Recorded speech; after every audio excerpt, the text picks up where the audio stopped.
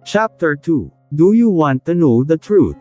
Alam mo ba kung ano ang nangyari sa loob ng 10 taon na wala ka? Ha, Liza, makinig ka at sasabihin ko sa'yo. Hinayla ni Rodel si Annaliza pabalik sa kama at puwersahang hinaga muli ang dalaga. Gusto ko maghayganti. Nanlilisik ang mga mata ni Rodel kaya tumindi ang kabog ng dibdib ni Annaliza. Higantay. Kaya ginawa mong kerida ang asawa ng kapatid ko. Pinagsasampal ni Annaliza ang magkabilang pisngi ni Rodel habang umaagos ang luha sa kanyang mga mata. Ninakaw mo ang malaking bahagi ng ari-arian na pinaghirapan ng papa ko. Hindi pa ba sapat? Sa sobrang pagmamahal ko sa iyo, pikit mata kitang tinanggap ulit sa kabila ng nakakasukang ginawa niyo ng gold digger na, yun. Dadapo na sana ang palad ni Annaliza sa pisngi ni Rodel nang sinalo ito ng binata. Makinig ka, Liz. Pinakulong ako ng papa mo sa salang pagnanakaw, binugbog at pinahirapan sa bilangguan. Salamat kay Don Lando, siya ang nagpalaya sa akin dahil alam niyang inosente ako. Natahimik si Annaliza. Hindi niya alam na may nangyari palang ganoon nung nasa Europa na siya. Inilayo talaga siya ni Don Alejandro kay Rodel. Hanggang sa tuluyan na silang hindi nagkita at wala nang balita sa isa't isa. Ganun pa man, bakit sa lahat ng babae na pwedeng ipalit sa kanya ay si Bettina pa na asawa ng kanyang kuya? Tapos sinulot mo ang asawa niya bilang pasasalamat. Sobrang sama ng ugali mo, ingrato. Wala akong magagawa, Liz. Si Betty lang ang makakatulong sakin para maisakatuparan ko ang paghihiganti ko.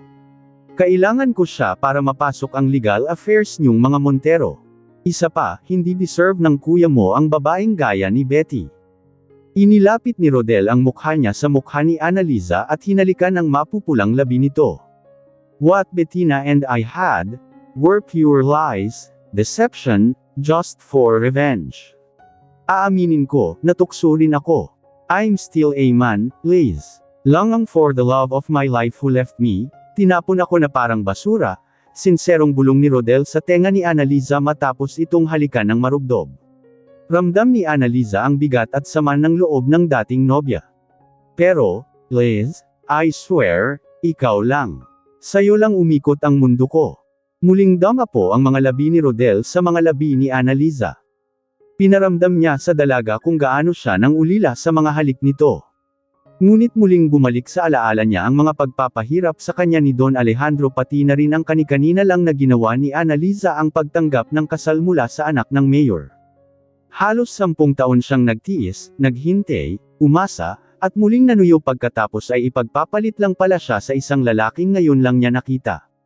Totoong ginamit niya si Doña Betty para makaganti. Para magkaroon ng akses sa mga ari-arian ng mga Montero.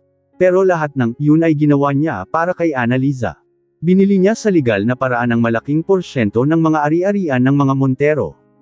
Kinailangan niya si Doña Betty para mabili, yun nang hindi nalalaman ng mga Montero. Hindi nila alam na ang hinahamak nilang Hardenero ay siya rin palang magpapabagsak sa kanila. Kung hindi lang pinanganak na mahirap si Rodel, matatanggap sana siya ng Don, kaya high school pa lamang, matinding pagsisikap ang ginawa niya. Kung ang ibang mga kasing edad niya ay naglalaro ng basketball pagtapos ng klase, siya ay nagtatrabaho sa sagingan o minsan ay sa kusina bilang isang utusan. Nang iniwan siya ni Annaliza para mag-aral ng medisina sa Europa, at pinahirapan siya ni Don Alejandro sa bilangguan, dinobol niya ang pagsisikap niya. Ipinangako niya sa kanyang sarili na hinding-hindi siya titigil hanggat hindi napapasakamay niya ang buong Hacienda Montero. Ginawa niyang umaga ang gabi, halos hindi na siya natutulog. Nakapagtapos ng kursong arkitektura at nagtrabaho sa Maynila, samot-saring trabaho ang pinasok hanggang makaipon at makapag-invest sa isang real estate company at doon. Mini-millionaire at handa na niyang sakupin ang hacienda. You brought me into hell, Liz. You turned me into something like this. Pero nang dumating ka at muling sinuko ang sarili mo sakin, kinalimutan ko na ang paghihiganti. Kinalimutan ko na ang lahat ng paakit dulot mo at ng pamilya mo. Pero bakit? Bakit sa isang iglap, magpapakasal ka sa iba? Ganoon mo, ko kadaling pinagpalit. Kaya ipagpatuloy ko ang paghihiganti. At bago mo, ko kamuhian ng buong puso mo, titiyakin kong mabubuntis kita. Sinimulan na ni Rodel haborin ang lahat ng kanilang damit. Wala naman magawa si Annaliza dahil ramdam niya ang galit ni Rodel. Hindi niya ito kaya, at natulala siya nang sinabi nitong titiyakin na bubuntisin siya. Biglang bumalik sa alaala niya ang panahon na dinadala niya sa kanyang sinapupunan ang anak nila. Masyado akong hinamak ng angkan mo, basura ang tingin niyo sakin. Pues, hindi ako titigil hanggat hindi ko naangkin ang buo niyong pagmamay-ari. Pilit na pumigla si Annalisa at lumuha. So, you're just using me for revenge. For your fucking pride and ego. Dito nananlaban si Annalisa. Bubuntisin siya dahil sa paghihiganti. Para maangkin nito ang ari-arian ng mga Montero ay gagamitin ni Rodel ang anak nila. You're crazy, Rodel. Gagamitin mo sarili mong dugot laman makapaghiganti lang. Huwag kang mandamay ng inosente sa kalokohan mo. Pilit na tinulak-tulak ni Annalisa si Rodel pero hindi ito natinag, bagkus ay lalo pang naging marahas. Pilit na ibinuka ang mga hita at walang habas na ibinaon ang malaki at mahaba nitong pagkalalaki. Rod, stop it. I hate you, ungol ni Annalisa habang matindi ang kapit sa batok ni Rodel. Pilit man niyang pigilan ito, hindi nakikisama ang kanyang katawan. Paano niya pipigilan ang sarap na hatid ng pagbayo ni Rodel? Sa sobrang sarap ay namamaos na siya sa kakaungol at ang mga mata niya ay napapatirik. And you will hate me more. Kapag wasak ka na dahil sakin, magagalit ang angkan mo. Susumpiin nila ako. I loved you so much that you turned me into a monster that never in my wildest dreams I would thought of becoming. Patuloy lang sa paglabas-pasok ang pagkalalaki ni Rodel. Marahas ang kanyang bawat pag-ulos. Binuhos ang gigil at galit dahil ipinagpalit siya ni Annalisa sa ibang lalaki. Hindi niya kayang tanggapin. Pinahit niya patalikod si Annalisa at lalong nawalan ito ng depensa. Hinailan niya ang buhok nito habang marahas na binabayo patalikod at lalong nag-iinit ang katawan niya at tumataas ang libido habang pinagmamasdan ang maamong mukha ni Annalisa na hirap sa sarap. Muli niyang pinahit paarap naman ang dalaga at ibinuka ng maigi ang mga hita nito para mas maibaon niya ng maigi ang nangangalit at handa ng labasan na pagkalalaki. Alice, bubuntisin na kita, lalabasan na, uwa, malakas na ungol ni Rodel at sinalubong din Annalisa ang huli niyang pag-ulos. Kahit masakit ay kakaibang sarap ang hatid sa kanyang kaloob-looban kaya sabay nilang narating ang sukdulan ng ligaya ng pagnig. Ramdam ni Annalisa ang pagsabog ng mainit na likido ni Rodel sa kalooban niya. Kapwa sila napayakap ng mahigpit sa isa't isa at hingal na hingal hanggang sa napatihaya na lang si Rodel sa higan. Mr. Cruz, sana walang mabuo, bulong ni Annalisa sa hangin habang tahimik na lumuluha at nakatulala sa kisame. Ganoon mo kagusto, yung anak ni Mayor. Sige lang. Magpakasal ka sa kung sino mang hudas mo gusto. Basta sa akin ang magiging anak natin. Napangiti na lang ng napakla si Annalisa. Iyon ang pinakamasakit sa lahat. Matapos siyang buntisin ay ipapaubaya siya sa iba pagkatapos ay kukunin ang kanyang anak. May sikreto ka pang hindi nalalaman. At dahil sa ginawa mo sakin ngayon, hinding-hindi ko ipapaalam sa iyo hanggang sa kamatayan ko. Kung matuklasan mo man, yun at kamuhin mo, pues patas na tayo. Nanlilisik ang mga mata ni Annalisa habang sinasabi, yun dahil sa tindi ng sama ng loob. May tinatago pa siyang lihim na hindi alam ni Rodel. May sikreto ka pang hindi nalalaman. At dahil sa ginawa mo sakin ngayon, hinding-hindi ko ipapaalam sa iyo hanggang sa kamatayan ko. Kung matuklasan mo man, yun at kamuhin mo, pues patas na tayo. Hinayla ni Rodel si Annalisa pabalik sa kanyang mga bisig. Pumiglas man ito ay hindi niya papakawalan hanggat hindi nito sinisiwalat ang sinasabi nitong lihim. Bitiwan mo, Rodel. Pinaubaya mo na, sa ibang lalaki, di ba? Tigilan mo na, Lalong humigpit ang yapos ni Rodel at seryoso ang kanyang titig kaya napapermi si Annalisa. Buhay ang anak natin, Leon ba? Kalmadong tanong ni Rodel ngunit may diin, umaasang sasagutin ni Annalisa ng buong katotohanan ang kanyang tanong. Oo. Iniwas ni Annalisa ang tingin sa mga mata ni Rodel na punong-puno ng puot, hinagpis, at kung ano-ano pang emosyon dahil sa inamin niya. Nasaan ang anak ko? Mamatay ka sa kakahanap sa kanya, pero akin lang ang anak ko. Tingin mo magiging proud siya sa'yo. Ang ama niya ay isa ng halimaw. Nababalutan ng galit at paghihiganti ang puso, pilit pa rin kumawala ni Annalisa dahil masakit at nakakairita na ang yapos nito. Pakawalan mo na ako. Ano ba Rodel, you're still underestimating me, honey. I'm capable now. Hindi na ako isang hamak na hardenero na minamaliit niyo, bulong ni Rodel at pinakawalan na rin sa wakas si Annalisa. Get out of my room. Ayaw na kitang makita. And please, huling pag-angkin mo na, sakin. Huwag mo na ulit akong gagalawin. Go fuck your fucking gold digger instead, sabi ni Annalisa sa pagitan ng nagngingit-ngit niyang ngipin dahil sa pinipigilang galit. Sure, honey, I will, kalmadong sagot ni Rodel habang nagbibihis. Pagkatapos ay hinalikan ang kanyang labi ng mabilisan saka umalis. Kinagabihan, tinupad nga ni Rodel ang sinabi nito. Sinadya niyang ipakita kay Annalisa na pumasok siya sa kwarto ni Bettina at sinadya ring nakauwang ang pinto para makita at marinig nito ang kababalaghan na gagawin nila ni Betty. Alam naman niyang sinasadya talaga siyang pasakitan ni Rodel. At hindi niya maintindihan ang sarili kung bakit niya pinapahirapan ang puso niyang pagod na dahil sa binata. Nanatili pa rin siya sa likod ng nakauwang na pinto at sumandal sa pader. Pinakinggan niya ang malanding boses ni Betty. Rodel, my loves. Sabi ko na hindi mo ko matitiis. I know you have had loved me and missing me so very much. Napangisi man si Annalisa sa balo-baluktot na Ingles ni Bettina, nananaig pa rin ang sakit sa kanyang puso. Napahawak na lang siya sa kanyang dibdib at tahimik na lumuha habang pinapakinggan ang hilanghing ni Bettina. Ang palakas na palakas nitong ungol. Alam niya kung ano pakiramdam nito dahil siya mismo ay binabaliw ni Rodel sa kama. Pinaikit na lang niya ang mga mata at sinondig ang ulo sa pader, inaala ang masayang araw nila ni Rodel. What have they become now? Mahal naman nila ang isa't isa pero bakit humantong sa ganito? Napakasakit. Hindi yata talaga sila itinadhana para sa isa't isa. Ito na ba ang tamang panahon para kalimutan ang lahat at magsimula ng panibagong yugto ng kanilang? Sa gitna ng kanyang pagmumuni-muni, may malaanghel na tinig ang bumasag sa kanyang malalim na pag-iisip. Tita Liza, magpahinga na po kayo. Agad na minulat ni Annalisa ang kanyang mga mata nang marinig niya si Max. Agad niya itong niyakap at tahimik na bumuhos ang kanyang luha. Gusto mo bang tumira sa London? Tanong niya kay Max. Napakalat si Max sa kanyang yakap at tila nagulat sa kanyang tanong. I'm sorry. I'm just kidding, maagap na sabi ni Annalisa at pilit na ngumiti habang pinapawi ang mga luha na walang tigil sa pagpatak. What are you doing here? Gabi na, hindi ka ba makatulog?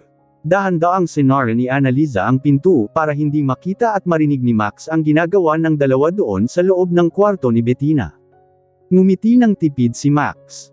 Parang hinihiwa ang puso ni Annalisa habang tinatitigan ang mga mata ng batang nasa harapan niya, punong-puno ito ng kalungkutan. Kuhang-kuha nito ang matalas na mga mata ng kanyang ama. Para siyang tumititig sa mga mata ni Rodel.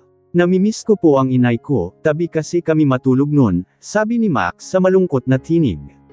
Halika na sa kwarto ko, mas komportable doon, may aircon at makapal na comforter at mahigpit na yakap. Siguradong masarap ang tulog mo. Pilit na ngumiti ni Annalisa para makumbinsi si Max na tabi silang matulog. Isang matamis na ngiti ang tugon nito sa kanya at lumigaya na ang puso ni Annalisa kahit papaano. Hawig talaga siya ng kanyang ama, hindi maipagkakaila. Kaya hindi na siya nagulat ng iba ang trato ni Rodel kay Max kumpara sa lahat ng bata sa hasyenda. Ramdam siguro ni Rodel ang lukso ng dugo. Ihahanda na rin niya ang sarili kung isang araw ay kunin na nito si Max nang walang paabi.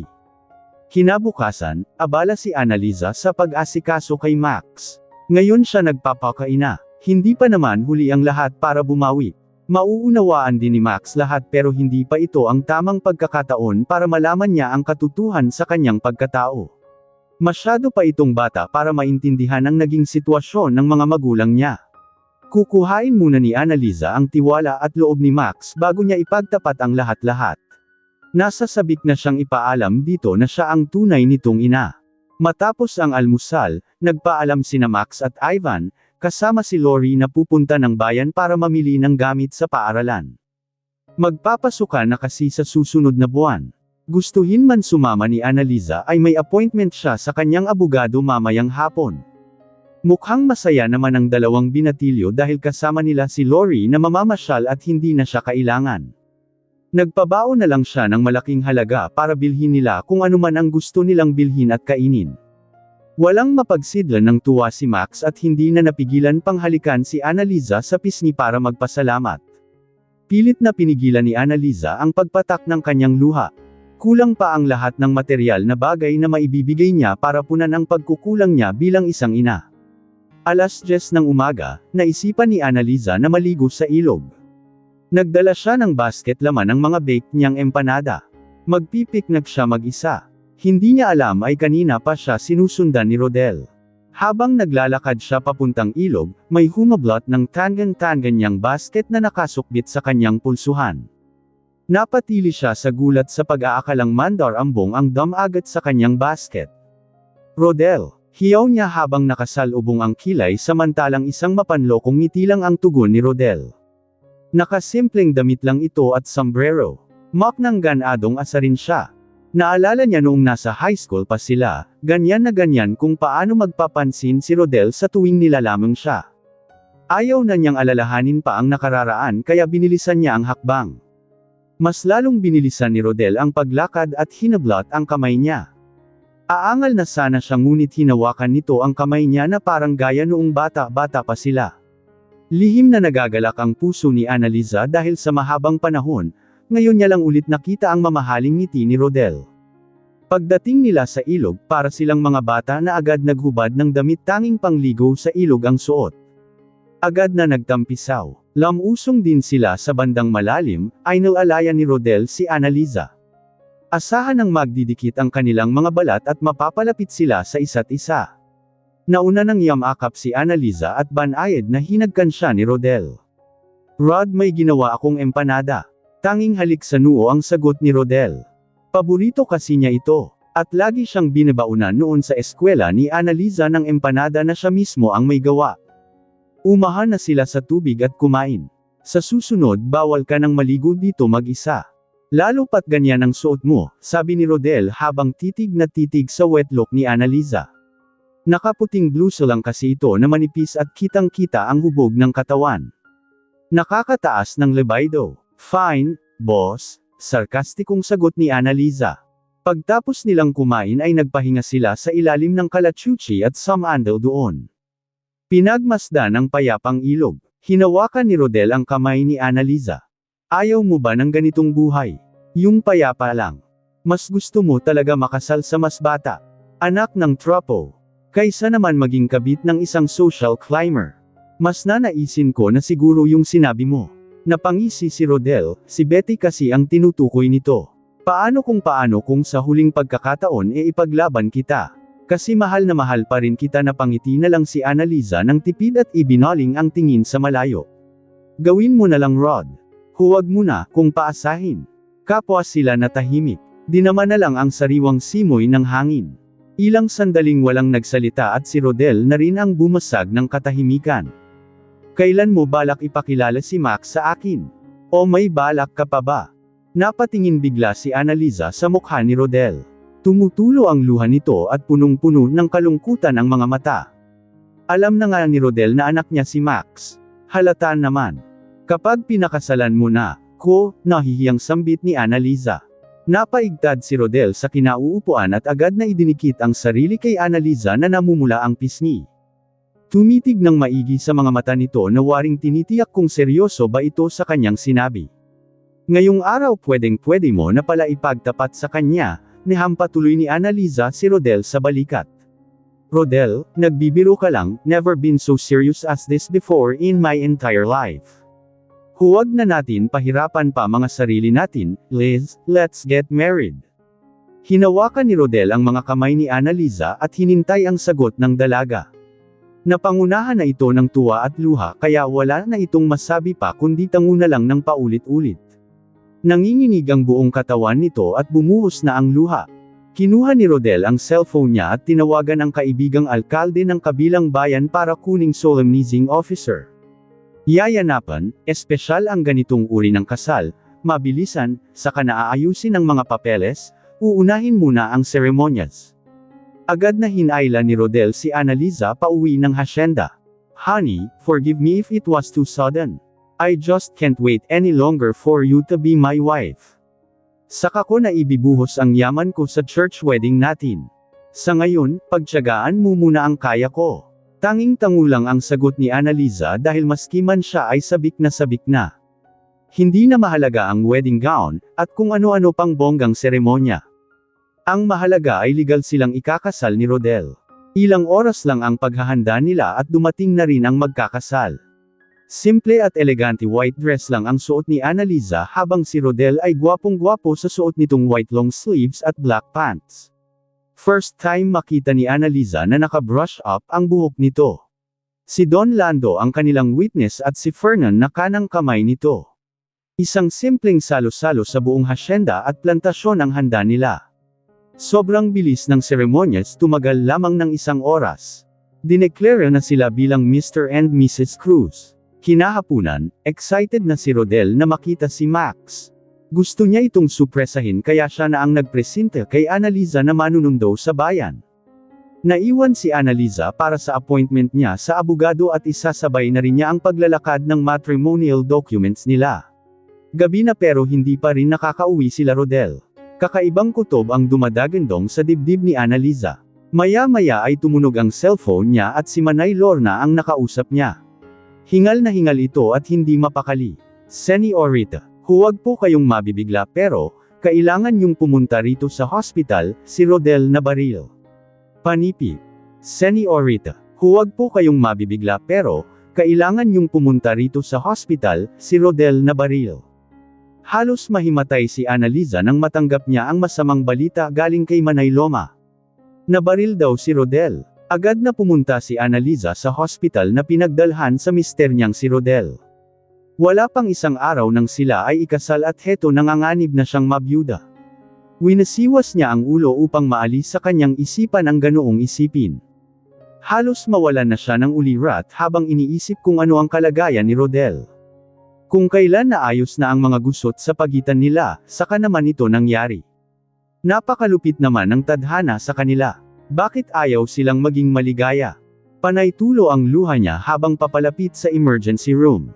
Hindi niya nakita si Rodel dahil nasa operating room na ito kanina pa. Agad niyang niyakap si Max nang makita niya ito. Oh my son, paulit-ulit niyang sambit habang umiiyak. Tahimik lang si Max, walang kaalam-alam na ang babaeng yumayakap sa kanya ay ang tunay niyang ina. Ipinaliwanag ni Manay Lorna kung ano ang nangyari, ang sabi nito, habang naghihintay si Rodel sa labas para sunduin sila, may lalaki na kumatok sa sasakyan niya kaya lumabas ito. Sabi raw ng saksi, nagkasagutan pa raw ang dalawa hanggang sa naglabas ng baril ang lalaki at nagbuno pa at sa kasamaang palad, pumutok ito at natamaan si Rodel sa bandang balikat. Mabuti na lamang at hindi tumama sa kritikal na parte ang natamo nito. Ngunit delikado pa rin ang lagay ni Rodel dahil sa dami ng dugo ang nawala sa kanya kaya abot langit ang panalangin at pag-aalala ni Annalisa. Habang nag-uusap sina Annalisa at Manay Lorna, may dumating na pulis. Miss Annalisa Montero Mrs. Cruz Mrs. Cruz po, Mr. Officer, maagap na sabi ni Annalisa at napahingang malalim. Napabilog ng bibig si Manay Lorna dahil sa gulat sa sinabi ni Annalisa. Captain Freddy Flores po, Mrs. Cruz. Tukoy na po ang suspect sa pagbaril sa inyo pong, hinintay ng pulis ang sagot ni Annalisa kung kano-ano niya ang nabaril. Asawa po, husband ko po siya. Ang suspect po ay si Maki Lastimosa at nadakip na siya. Nakadetain sa police station for interrogation po. Ang anak pala ni Mayor ang salarin. Napatikip ng mukha at napasinghap na lang si Annalisa. Masyado niyang nasaktan si Maki nang bigla na lang niya itong binaliwala samantalang ito ang pananggakwan niya ng kasal. Hindi rin matanggap nito na pinagsusuntok siya ni Rodel. Siya na anak ng isang alkalde, kilala sa pagiging maangas ay binugbog ng isang hardinero. Ang pinakamasakit pa roon ay pinaasa siya ng isang matandang dalaga. I will send my lawyer in my stead, Captain Flores. Thank you very much. Nakipagkamay si Annalisa sa kapitan matapos nilang mag-usap. Nanlalaki ang mga mata ni Manay Lorna dahil sa hindi niya inaasahang narinig na sinabi ng pulis kanina. Paanong nangyari yun? Parang nag-aaway pa kayo ni Rodel kagabi kanina lang po kami kinasal, manang. Madalian lang. Wala nang masabi pa si Manay Lorna kaya niyakap na lang niya si Annaliza at tuwang-tuwa ang kanyang puso dahil sa wakas sa haba ng panahon at daming hadlang ang pumagitna sa pag-iibigan ng dalawa ay nagpakasal na rin ang mga ito. Iyon nga lang napakasaklap, kung kailan pinaglaban na nila ang isa't isa, saka naman ito nangyari. Para na niyang nakababatang sa uunay ng mga Montero kaya pati si Manay Lorna ay nakikidalamhati sa pinagdadaanan ng pamilyang buong buhay niya ay binigyan niya ng serbisyo. Sa kalagitnaan ng kanilang pag-uusap, dumating na ang doktor. Pidgel hiningang inantabayanan ng dalawa ang balita. Umaasang positibo ito. Mrs. Cruz, the operation is successful. Nagpakawala ng malalim na paghinga si Annaliza at napaluha sa magandang balita na hatid ng doktor. Thank you so much, Doc. Tanging pasasalamat na lang ang masasabi ni Annaliza. Binigyan pa sila ng Diyos ng isa pang pagkakataon. Kaya nang maari ng dalawin si Rodel ay agad na pinuntahan ni Annaliza sa silid at hawak-hawak niya si Max. Pagmulat ng mga mata ni Rodel ang mag-ina niya ang unang bumungad sa kanya. Hirap man siya kumilos at magsalita, hindi siya napigilan ni Annaliza na hagkan si Max. Tila alam na ni Max kung ano ang nangyayari kahit wala pa sa kanyang binabanggit. Napangunahan kasi ng pag-iyak ni Annaliza at Rodel.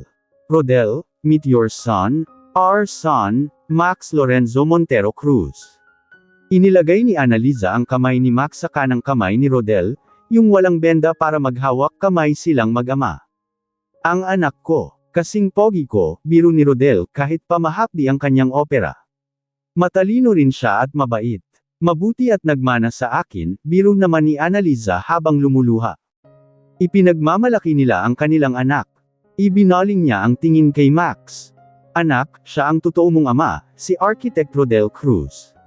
Siya ang may-ari ng kalahati ng hasyenda at plantasyon. At ako Max, ako ang tunay mong ina. Tahimik na umiiyak si Max. Samot-saring emosyon ang nararamdaman ng bata niyang puso. Bagamat maraming katanungan sa isip, mas nangingibabaw ang saya sa damdamin. Hindi siya makapaniwala na ang pinakamayamang angkan sa buong Central Luzon ay ang kanyang pinagmulan na angkan. Parang ang hirap paniwalaan na nagmula siya sa mayamang pamilya kung ang kinamulatan niyang buhay ay puno ng hirap. Ang kinagisnan niyang ulam ay tuyot talbos. Kaya gayon na lamang ang saya niya nang nakatikim ng karne at pure juice sa almusal. Anong nangyari sa nakaraang 9 na taon, honey? Tanong ni Rodel. Okay, ikukwento ko. Hindi ko alam kung maiintindihan na ni Max pero sisikapin kong ipaintindi. Umayos ng pwesto ang mag-ama upang makinig ng maigi kay Annaliza. Noong, usapan natin na magtatanan tayo, noong hindi mo, kusinipot, sabat ni Rodel. Honey, just listen, hiyaw ni Annaliza dahil ayaw niyang maabala ang kanyang ikukwento. Masama pa talaga ang loob ni Rodel sa nangyari kahit halos 10 taon na ang lumipas. Sorry, honey, tatahimik na. Nagsimula muli si Annaliza sa pagkwento at matiim na ang mag-ama sa pakikinig. Pinapili ako ni Papa, kung mag-aaral ako sa London o ipapakasal niya ako sa matanda niyang kasosyo at papalayasin ka sa hasyenda. You know my Papa. Nakakatakot siyang magalit. Oo, kilala ko siya. Pinakulong niya ako pagkatapos ay binugbog sa bilangguan. Kung alam mo lang ang paghihirap na dinanas ko sa kamay ng tatay mo, I'm sorry Rodel. Pinaglaban kita pero wala talaga akong magawa. Sobrang galit niya sa iyo lalo na noong binuntis mo ko. Natigilan si Annaliza sa pagkwento. Masyadong masakit para sa kanya na alalahanin ang nangyari noong pinagbubuntis niya si Max. Anong nangyari noong buntis ka? Bakit nang namatay ang Don, hindi ka pa rin umuwi? Pinawi ni Annaliza ang kanyang mga luha bago muling nakapagsalita. Sorry Rodel, sana hindi ako naniwala sa papa ko. Sa pinaampon, si Kuya Lando ang naghanap kay Max. Gusto sana niyang sabihin sa iyo na nakita niya na ang anak mo pero nagbago ang lahat ng kinalantari mo ang asawa niya. Natahimik si Rodel. Napakabait ni Don Lando pero dahil gusto niya makaganti sa mga Montero, inakit at ginamit niya ang asawa nito. Hindi masisisi kung angkinan man ni Don Lando si Max at sabihin na bastardo niya ito. Sabi ni Papa, may iba ka na raw. Nagpadala pa nga siya ng mga larawan na may kasama kang ibang babae. Naniwala ka naman dun, Liza. Ganoon kababaw ang tingin mo sa pagmamahal ko sa'yo. Han, I said sorry. I was too devastated, exhausted, and gullible back then. Umiyak nang umiyak si Annalisa. Hindi na niya kayang ituloy pa ang kanyang kwento. Lalong bumuhos ang luha niya nang hinaplos-haplos ni Max ang kanyang likod at hinawi ang kanyang buhok. Pinunasan din nito ang kanyang luha. Napasweet na bata. Pinagpapasalamat na lamang niya at napunta ito sa mabait na tagapangalaga. Tinapos na ni Annalisa ang kwento at kahit papaano ay nagkaliwanag na masalimuot nilang nakaraan. Walang dapat sisihin dahil hindi sila ang may kasalanan. Nagpasalamat na lamang sina Rodel at Annalisa na sa kabila ng lahat, sa loob ng halos 10 taong pagsubok, sa wakas ay napagtagumpayan nilang lahat ng iyon at binigyan sila ng pagkakataon para buuin muli ang kanilang buhay at magsimula ng panibagong kabanata. Matapos nilang alalahanin ang nakararaan, biglang tumunog ang cellphone ni Annalisa. Tumatawag ang kanyang Ogbjine na kaibigan. Agad niya itong sinagot. Nakatunghay ang mag-ama kay Annalisa habang kausap nito ang Ob at lumuluha na tila nabigla pa. Humagulgol si Annalisa matapos kausapin ang doktor. Nag-alala sina Rodel at Max. Kani-kanina lang ay masaya na sila, may bagong pagsubok ba muli sa kanilang buhay. Honey, buntis ako. Magiging kuya na si Max. Panipi. Honey, buntis ako. Magiging kuya na si Max. Abot langit ang tuwa ng buong pamilya ni Rodel nang ibinalita ng asawa niyang si Annalisa na buntis na naman ito. Napapikit si Rodel upang manalangin ng same time. Kapalit ng lahat ng paakit, sama ng loob, at trahedya sa buhay niya, ay umaapaw naman na biyaya ang kanyang natanggap. Una, ang makasal sila ni Annalisa. Pangalawa, makilala niya na ang kanyang anak. Ang huli, magkakaroon na naman sila ni Annalisa ng supling. Hindi niya sana matatamasa ang lahat ng ito kung hindi siya binigyan ng pangalawang buhay ng may kapal. Kaya abot langit ang pasalamat ni Rodel. Nawa ay magpatuloy na ang mga biyayang natatamo. Wala na sa isip niya ang paghihiganti, tutal pumanaw naman na ang Don at nakuha na niya ang mga mithiin sa buhay. Dagdagan pa ng isang Reg Along nasa sinapupunan ni Annalisa. Sa wakas, hindi man nila naranasan ni Annalisa ang lahat ng mga bagay na first-time parents dahil magkalayo silang pamilya, ngayon na ang pagkakataong maranasan ito. Florence, sabi ni Rodel habang hinihimas ang puso ni Annalisa. Florence ang magiging pangalan ni Bunso para kung lumabas man siyang lalaki o babae, bagay pa rin sa kanya. Aprobado ng mag-ina niya ang suhestyon niyang pangalan ng bagong madadagdag na miyembro ng kanilang pamilya. Sana po babae ang magiging kapatid ko. Ito ang hiling ni Max. Ako rin, alagaan mo ang little sister mo ha, ang sabi ni Annalisa. Kahit ano pa siya, ang mahalaga ay lumabas niyang malusog at kasing bait ng kuya niya, ang sabi naman ng haligi ng pamilya. Ilang araw ang lumipas, nakalabas na rin sa wakas si Rodel sa hospital. Sinalubong siya ng mga trabahador sa buong Hacienda Montero. Hindi man nakatayo at makapagsalita si Don Lando, bakas sa ngiti nito ang saya. Isang mahigpit na yakap ang salubong ni Rodel kay Don Lando. Tanda ng pagpapatawad at pakikipag-ayos niya dito. Tutal, magkababata rin naman sila at minsan na ring naging matalik na magkaibigan. Nagkalamat lang dahil sa pangingialam ni Don Alejandro sa buhay nila. Sa lahat ng naroon, si Doña Bettina lamang ang nagngingit-ngit sa sulok at hindi masaya sa pagbabalik ni Rodel. Alam niyang ginamit lang siya nito para makapaghigantay at gawing parausan. Gin story naman niya iyon dahil talaga namang pinaligaya siya ni Rodel sa kama at nahulog na rin ang loob niya rito. Sino bang hindi mababaliw sa gaya ni Rodel, bukod sa masarap bumayo, ay napakagandang lalaki, matipuno, at magaling na arkitekto. Naiinggit siya sa hipag na si Annalisa dahil nasa kanya na yata ang lahat. Pinanganak na mayaman, maganda, kapita-pitagang doktora, at higit sa lahat, may isang Rodel na mahal siya. Nagkulong ang Donya sa kwarto nito at tanging si Ivan lang ang nakapansin na wala ang ina sa salo-salo na hinanda para sa pagbabalik ni Rodel. Si Ivan ang tanging karamay ni Betty. Mom, why are you crying? You should be happy, malungkot na tura ni Ivan. Anak, hindi mo ba alam, sila na ang magmamay-ari ng buong hacienda. At yang bastardong si Max, sa kanya ipapamana ang lahat. Paano ka na? Saan ka napupulutin? Mom, I don't care about our clan's fortune. Ang mahalaga, buo pa rin tayong pamilya. Parang sila Aunt Liza, shut up. Makinig ka sa akin, baby boy. Hinayla ni Bettina ang anak palapit sa kanya at madiing humawak sa magkabila nitong braso at nanlilisik ang mga mata na tumitig sa anak. Ito ang tatandaan mo, ikaw ang may higit na karapatan sa hasyenda. Ang dad mo ang head of the family. Siya ang naghirap para itaguyod ang iniwang negosyo ng iyong lolo. Ikaw lang ang dapat tumanggo ng paulit-ulit si Ivan at nanginginig ang boses na sumagot ng opo. Good. Tandaan mo, ipaglaban mo ang dapat ay para sa'yo. Isang tango ulit ang tugon ni Ivan. Nakatatak na iyon sa kanyang isip. Makalipas ang isang linggo, umalis ng walang paalam si Doña Bettina. Iniwan si Don Lando at Ivan at sumama sa isang Amerikano.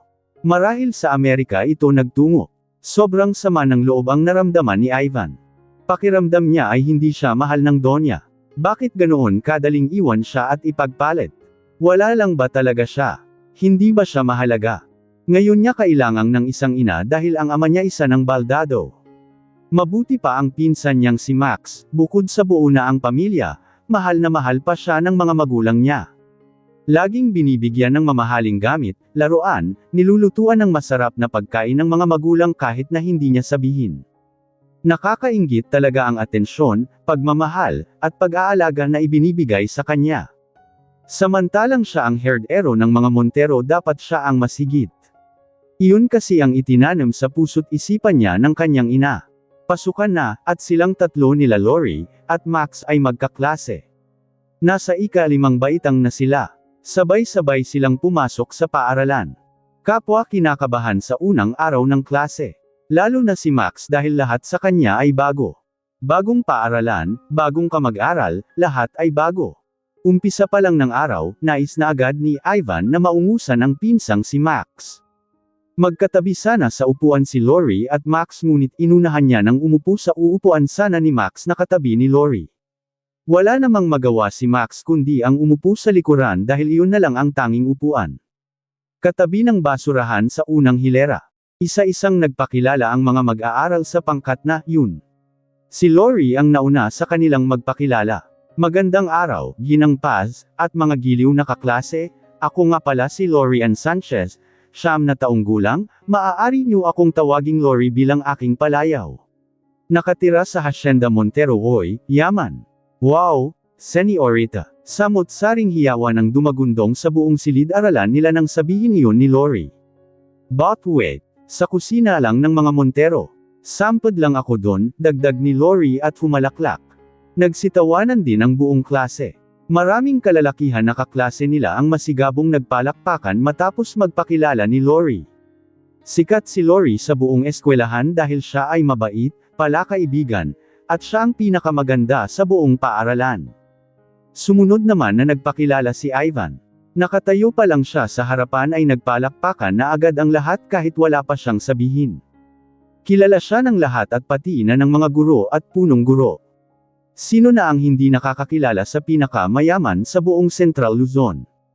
Marami ang gustong kumaibigan sa kanyang ngunit tanging si Lori lamang ang kanyang gustong samahan. Hi everyone, my name is Ivan Montero, 9 years old. I'm pleased to meet you all, Mrs. Paz and classmates. Dumagundong din ang palakpakan at tilian ng mga babaeng kaklase nila. Hindi na kailangang magpakilala pa ng mahaba si Ivan dahil alam naman ng lahat na siya ang herdero ng mga Montero. Ang huling nagpakilala ay si Max. Tahimik ang lahat nang tumayo siya sa harapan. Siya lang kasi ang nag-iisang bagong mukha sa klase at sa buong paaralan. Magandang araw po sa bawat isa. Ang pangalan ko ay Max Lorenzo M. Max Lorenzo Cruz. 9 na taong gulang at bagong mag-aaral dito sa Santa Fe Elementary School. Leon lang ang sinabi ni Max. Hindi na niya ipinaalam na isa siyang Montero dahil gusto niya ang payapang buhay at malayo sa gay ang buhay ni Ivan na palaging may nangungulit para yaya nila Lori at Ivan pala kaibigan. Nakayuko siyang bumalik sa kanyang upuan sa likuran. Samot-saring bulungan ang umalangaw-ngaw sa klase. Mga pidgel na tilian ng mga kababihan. Ang tangkad ni Max. Mas gwapo rin siya kaysa kay Ivan. Siya na ang bago kong crush. Huwag ka na, ako unang nakakita sa kanya. Ito ang bulong-bulungan na naririnig ni Ivan. Lihim na nangingit-ngit ang kanyang puso dahil kinuha na naman ni Max ang atensyon na dapat ay para lang sa kanya. Nagsimula na agad ang leksyon at ang asignatura nila ay matematika. Masyadong malayo ang nililipad ng isip ni Ivan. Naalala niya ang kanyang nanay. Kumusta na kaya ito? Namimiss din kaya siya? Kailan kaya ito babalik? O babalik pa ba? Sumunod na damapo sa isipan niya si Max. Paano kung kunin na lahat ni Max ang lahat ng kayamanan ng mga Montero? Paano na siya? Ano na ang mangyayari sa kanya? Ginoong Montero. Napaigtad si Ivan sa kinauupuan nang sa kalagitnaan ng kanyang pagmumuni-muni ay bumasag ang matining na boses ni Ginang Paz. Ang layo naman ng iniisip mo, Ivan. Hindi porke isa kang Montero ay may karapatan ka ng hindi makinig sa klase. Halika dain at pakisagutan ang nasa pisara. Biglang bumilis ang tibok ng puso ni Ivan. Kanina pa nasa kawalan ng isip niya at wala siyang maunawaan sa itunuro ng guro kaya wala siyang maisagot. Napabuntong hininga na lang si Ginang Paz at kita sa mga mata nito ang pagkadismaya sa kanya dahil matalino pa naman si Ivan lalo na sa matematika. Ginoong Cruz, pumarain ka sa harapan at sagutan ang nasa pisara, utos ni Ginang Paz. Sumunod naman si Max at sinagutan nga ang nasa pisara ng mabilisan. Tumanggaw-tango si Ginang Paz at kita sa mukha niya ang kasiyahan habang sinasagutan ni Max ang nasa pisara. Very good, papuri ni Ginang Paz. Nagpalakpakan ang lahat at puri si Max ng lahat. Nadagdagan na naman ang inis ni Ivan kay Max. Lalo na nang mag-break time. May baong pagkain sina Max at Lori kaya magkatabi silang nakaupo para kumain. Samantalang pera ang kay Ivan na baon. Wala kasing maghahanda ng baon niya. May sakit kasi si Manay Lorna at nakalimutan nitong ipagbili na pabaunan din si Ivan. Akala naman kasi ni Lori ay may baon na si Ivan. Mahal kasi ang pagkain sa kantina kaya nagbabaon lang si Lori. Samantalang si Max ay alagang-alaga ng kanyang ina. Lori, doon na tayo sa kantin kumain, sagot ko, sabi ni Ivan. Napatingin si Lori kay Max waring nagpapaalam na iiwan siya nito. Malungkot ang mga mata ni Max pero nagpaubaya naman. Sanay naman siyang kumain mag-isa. Bumili ka na lang sa kantin tapos dito mo kainin para sabay-sabay tayo. Hihintayin ka namin, ang sabi ni Lori. Napakunot noo si Ivan. Hinawakan niya sa pulsuhan si Lori at nang hihilahin niya na para tumayo ito ay natigilan siya nang biglang hinawakan naman ni Max ang kabilang pulsuhan ni Lori para pigilan ang paghila niya rito. Nagtagisan sila ng tingin waring nagsusuntukan na sa kanilang isip. Ramdam ni Lori ang tensyon. Kanino siya sasama? Bakit ba kasi siya hinihila?